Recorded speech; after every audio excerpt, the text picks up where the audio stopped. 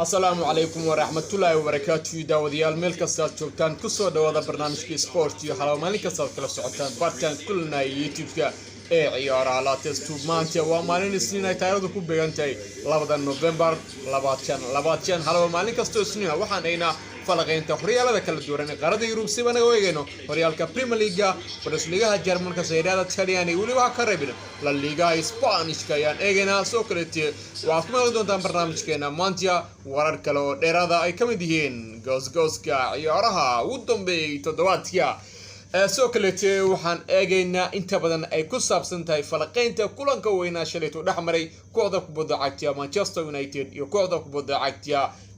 Arsenal halkaas aad moodo inay ku jiraan rikoorooyin fara badan iyo soo kaleeto kooxda kubadda cagta Arsenal guushii shalayto maxay uga dhigan tahay barnaamijkeed kala socon doonta soo kaleeto waxaan eegadeena horyaalka Serie A Talyaaniga aad moodo in iminka Zlatan Ibrahimovic iyo Cristiano Ronaldo ay indhaha caalamka eegayaan iyo halka kala maraya waliba yaa hogaaminayo Ibrahimovic ba mise waa Ronaldo barnaamijkeed ka go'an doonta waxa soo kaleeto tababarka buucay kooxda kubadda cagta ee Manchester United dib ugu soo laabtay laacibkooda Alex Telles oo soo biray cagay kooxda kubadda cagta FC Porto iyo wararka dheeraad ku cusubtay channelkeena subscribe no star hada soo kaleeto tagad mid tahay fadlan like no star si aanu helno saaxiibo badan oo aad u wanaagsan sida adigoo kale jaa wow haddii aanayno kulanka shalayto calayto dhaxmaray kooxda kubadda cagta Manchester United iyo kooxda kubadda cagta Arsenal waa kulan derby waa kulan waliya waa kulan walada sugaya kooxda kubadda cagta Arsenal ayaysan ku badinin garoonka Old Trafford 14 sano tan iyo sanadka 2005 taasaad moodaa inay Arsenal ku noqotay abaar weyn oo in la iminka aan loo adkeysan karin balse si walba ay noqoto kulanka shalayto ayaa waxaa guush raacday kooxda kubadda cagta Arsenal oo high level dirtay kooxda kubadda cagta United oo gurigooda joogta dhanka kale haddii aan eegno United iyo garoonka Old Trafford ciyaareedkan cusub waxaad moodaa in ay ka haysato United inkaar taas waa in aysan ku badinin garoonka Old Trafford ciyaareedkan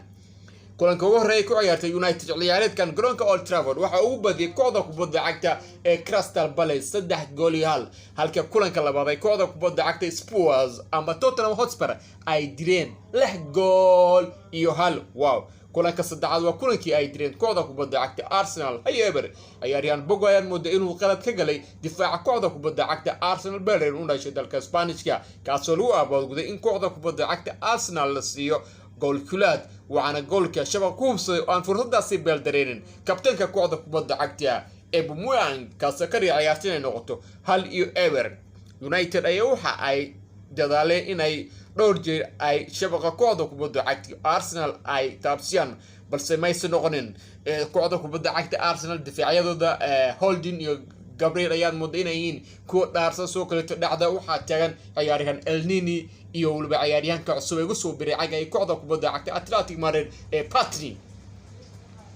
Arsenal ayaan mooday in isku xirkoodu yahay mid aan imika bala jibin karin United waa ay dadaaleen balse ciyaartu ay ku soo dhamaatay ugu dambeyntii hal gool ee ay Arsenal ku badiso tan iyo 2005 dhanka kale haddii aan eegno horyaalka Premier League kulamada la ciyaaray kooxda kubadda cagta Man City ayaa 1-1 dirtay kooxda kubadda cagta Sheffield United Chelsea ayaa 3-1 dirtay kooxda kubadda cagta Burnley Liverpool ayaa 2-1 dirtay kooxda kubadda cagta ee West Ham United halka kooxda kubadda cagta Southampton ay 4-3 dirtay kooxda kubadda cagta ee Aston Villa kooxda kubadda cagta Newcastle ayaa 2-1 dirtay kooxda kubadda cagta Everton Arsenal ayaa 1-1 dirtay kooxda kubadda cagta Manchester United oo gurigooda joogta halka kooxda kubadda cagta Tottenham Hotspur ay dirtay kooxda kubadda cagta Brighton 2-1 ciyaaryahan Gary Bale ayaa guusha u dhalay kooxda kubadda cagta ee Liverpool kooxda kubadda cagta Tottenham waxa kaalintii kooxda ku jirta kooxda kubadda cagta Liverpool oo leh 16 halka kooxda kubadda cagta Tottenham Hotspur uu maamulo tababare Jose Mourinho the special wana ay ku jiraan kaalintii labaad iyagoo leh 14 dhibcood kulamada caawa la ciyaari doono waxa is arki doona kooxda kubadda cagta Fulham ayaa soo dhaweyn doonto kooxda kubadda cagta West Brom Saudi Africa bari markay tahay 8:30 daqiiqo halka kooxda kubadda cagta Leeds ay soo dhaweyn doonto kooxda kubadda cagta Leicester 5:30 daqiiqo oo habeenimo agayo Serie A Talyaaniga haddii aan eegno waxaan moodaa in Zlatan Ibrahimovic iyo waliba Cristiano Ronaldo moodaa in hadalladu yihiin ku lahayo haddii marba la eego cagayo Serie A Talyaaniga kulamada ugu horreysay la ciyaaray kooxda kubadda cagta Milan ayaa iminka hogaaminaysa horyaalka balse Milan ayaa labi hal dirtay kooxda kubadda cagta Indonesia halka kooxda kubadda cagta Juventus ay 4-1 ugu badisay kooxda kubadda cagta Spezia ciyaaryahan Ronaldo dib ugu soo laabtay garoomada ayaa laba gool u dhalay kooxdiisa kubadda cagta Juventus halka goolasha Milan tanguusha u dhalay ciyaaryahan Zlatan Ibrahimovic dhan kale haddii aan eegno oo guuleys galay kooxda kubadda cagta Napoli ayaa gurigooda lagu adkaaday waxa ka badisay kooxda kubadda cagta Sassuolo oo ku jirto kaalintii labaad halka kooxda kubadda cagta Roma ay jirtay 2-0 kooxda kubadda cagta Fiorentina horyaalada Talyaaniga Serie A haddii aan eegno waxa hogaaminay kooxda kubadda cagta AC Milan oo leh 16 dhibood kooxda kubadda cagta Sassuolo ayaa leh 14 dhibood halka kooxda kubadda cagta Juventus ay leedahay 12 dhibcood kooxda Atalanta ayaa iyaguna leh 12 dhibcood Napoli ayaa 11 leh kooxda kubadda cagta Inter Milan ayaa soo kale leh 11 halka kooxda kubadda cagta Roma ay leeyihiin 11 waxaad moodaa in kaalmihii afraad shanaad lacad ay isku dhibcihiin balse dhanka goolasha ayaa waxa badan kooxda kubadda cagta Napoli ku jirto kaalintii afraad cagayo Serie A cagayo Spanishka haddii aanayno kooxda kubadda cagta Real ayaa ilaa iminka la wareegtay horyaalka dalka Spanishka la liga kooxda kubadda cagta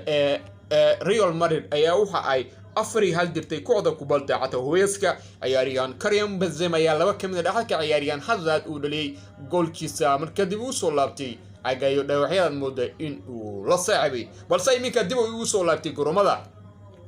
kooxda kubadda cagta Athletic ayaa 3-1 dirtay kooxda kubadda cagta Osasuna aan dhahayo 3-1 halka kooxda kubadda cagta Barcelona break loo qabtay ay ku mari waayeen kooxda kubadda cagta Alves 1-1 ciyaaryahan Messi ayaa fursadooyin badan oo dahabi helay balse ma aysan noqonin sidaana waxaan moodaa in kooxda kubadda cagta Barcelona ay ku jirto kaalintii 12 iyagoo leh 8 dhibcood oo kaliya waxa hoggaanka ay kooxda kubadda cagta Real Madrid oo aad moodo inay iminka leeyihiin 16 balse kooxda kubadda cagta Real Sociedad ayaa leh 17 dhibcood halka kooxda kubadda cagta Real ay leedahay 6 balse waxa xasuus mudan in kooxda kubadda cagta Real ay leedahay hal gool oo hal kulan oo baaqi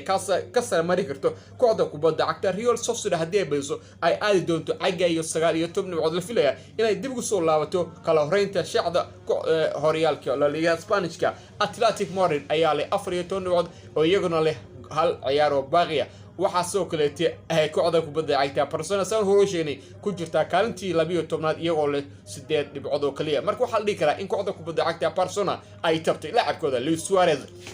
dhanka le haddii aanayno laacibka kooxda kubadda cagta Manchester United difaaca ka ciyaaray kula soo biiran cagayo kooxda kubadda cagta Porto ayaa dib ugu soo laabtay tababarka buuxa kooxda kubadda cagta Manchester United kadib markii laga helay cudurka halista COVID-19 imika waxaad moodaa in cudurkii laga waayay dib u soo laabtay tababarka buuxa kooxda kubadda cagta United la filaya inuu ciyaaro kulanka xiga ee Champions League kooxda kubadda cagta Manchester ay la balansatay kooxda kubadda cagta Basaksehir ee ka dhisan dalka Turkiga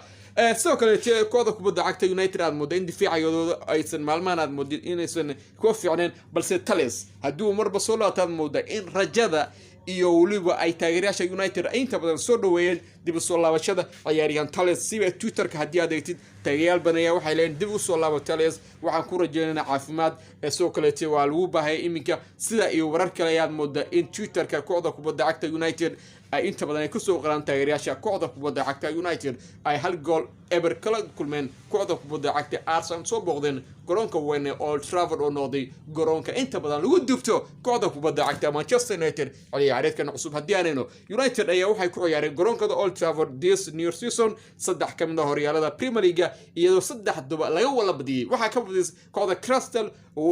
Tottenham iyo Arsenal Sportigi ciyaareedka soo taan ciyaaraha latest waa naga inta